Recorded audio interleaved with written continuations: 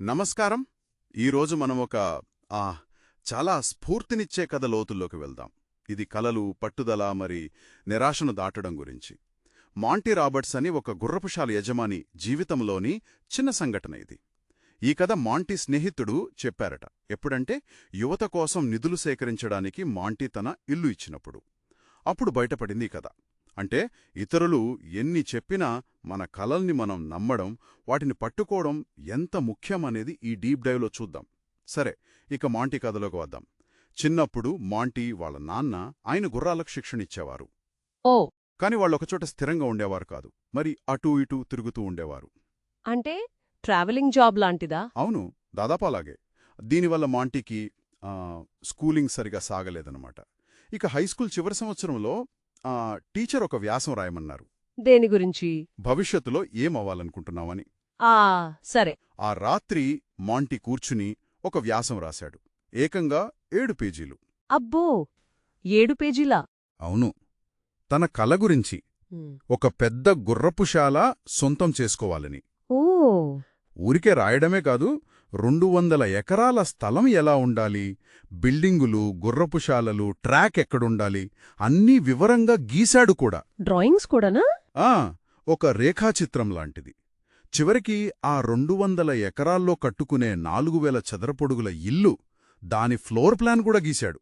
Wow, ఆ వయసులో అంత క్లారిటీ ఉండటం నిజంగా గొప్ప విషయం. కేవలం కల కాదు, అదొక ప్రణాళికలాగా ఉంది. అవును, ఆ ప్రాజెక్ట్ అంతా పూర్తి చేసి మరుసటి రోజు టీచర్కిచ్చాడు. కాని 2 రోజుల తర్వాత పేపర్ తిరిగొచ్చింది. ఏమైంది? మొదటి పేజీ మీద పెద్దగా ఎర్రసిరాతో ఎఫ్ అని రాసుంది. కింద తరగతి తర్వాత నన్ను కలువు అని నోట్. అయ్యో! ఆ కుర్రాడు టీచర్ దగ్గరికి వెళ్ళాడు, కొంచెం కంగారుగానే.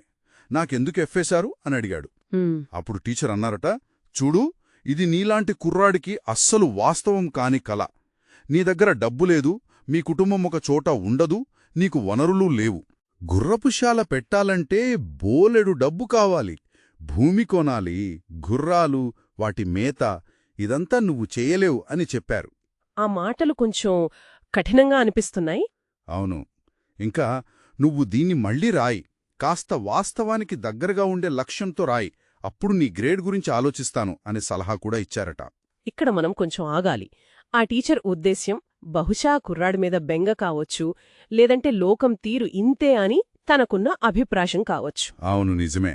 కాని ఒక్కోసారి మంచి ఉద్దేశ్యంతో చెప్పే మాటలే తెలియకుండా కలలని చిలిమేస్తాయి కదా, అది కొంచెం ప్రమాదకరం. మాంటీ ఇంటికెళ్ళి చాలా ఆలోచించాడు, చాలా బాధపడ్డాలు కూడా.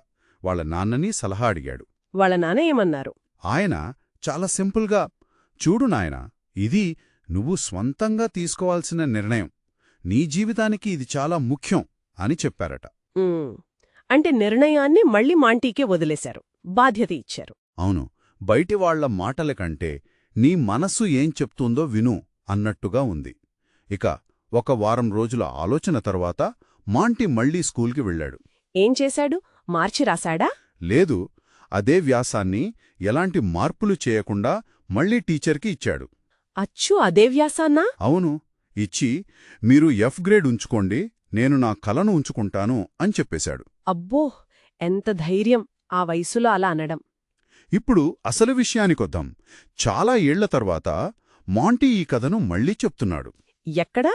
తను ఏదైతే కలలో గీశాడో ఆ 200 ఎకరాల గుర్రపుశాల మధ్యలో ఉన్న ఆ 4000 చదరపు అడుగుల ఇంట్లో కూర్చుని. నమ్మలేకపోతున్నాను. నిజంగానా? నిజంగా. ఇంకా చెప్పాలంటే ఆ రోజు టీచర్ ఎఫ్ వేసిన ఆ 7 పేజీల వ్యాసం, అది ఇప్పటికీ ఆ ఇంట్లో గోడకి ఫ్రేమ్ చేసి వేలాడుతోంది. వావ్, అది అద్భుతం. ఇంకా ఆశ్చర్యకరమైన విషయం ఏంటో తెలుసా? ఏంటి? కొన్నేళ్ల క్రితం అదే స్కూల్ టీచర్ రిటైర్ అయ్యాకనుకుంటా ఒక 30 మంది పిల్లల్ని తీసుకుని మాంటీ ర్యాంచ్కి క్యాంపింగ్కొచ్చారట. అదే టీచరా? అవును, అదే టీచర్. వారం రోజులున్నారు. వెళ్లే ముందు ఆయన మాంటీతో ఇలా అన్నారట, చూడు మాంటీ, నేను నీకు పాఠాలు చెప్పే రోజుల్లో నేను కలల్ను దొంగిలించేవాడిని. అలా అన్నారా?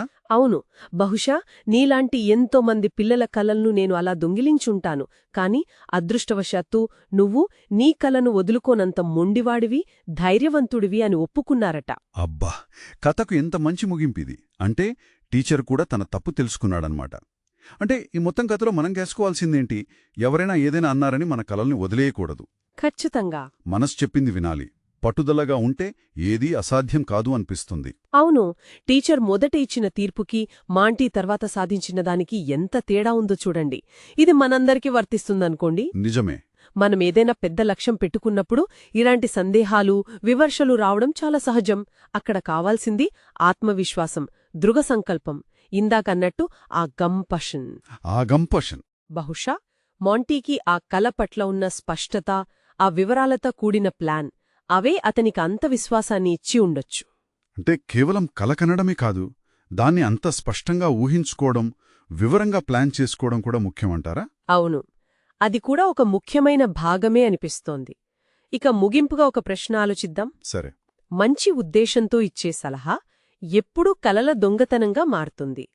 అంటే అవతలి వాళ్ళ అనుభవం నుంచి నేర్చుకోవడానికి, మనమీద మనకున్న నమ్మకాన్ని వదులుకోకుండా ఉండటానికి మధ్య ఆ తేడాను ఎలా గుర్తించాలి? ఇది నిజంగా ఆలోచించాల్సిన విషయమే. నిర్మాణాత్మక విమర్శకు, మనల్ని పరిమితం చేసే నమ్మకాలకు మధ్య ఆ గీత ఎక్కడుందో తెలుసుకోవడం. అవును. అది ఎలా కనిపెట్టాలి అనేది అందరూ ఆలోచించాల్సిన విషయం.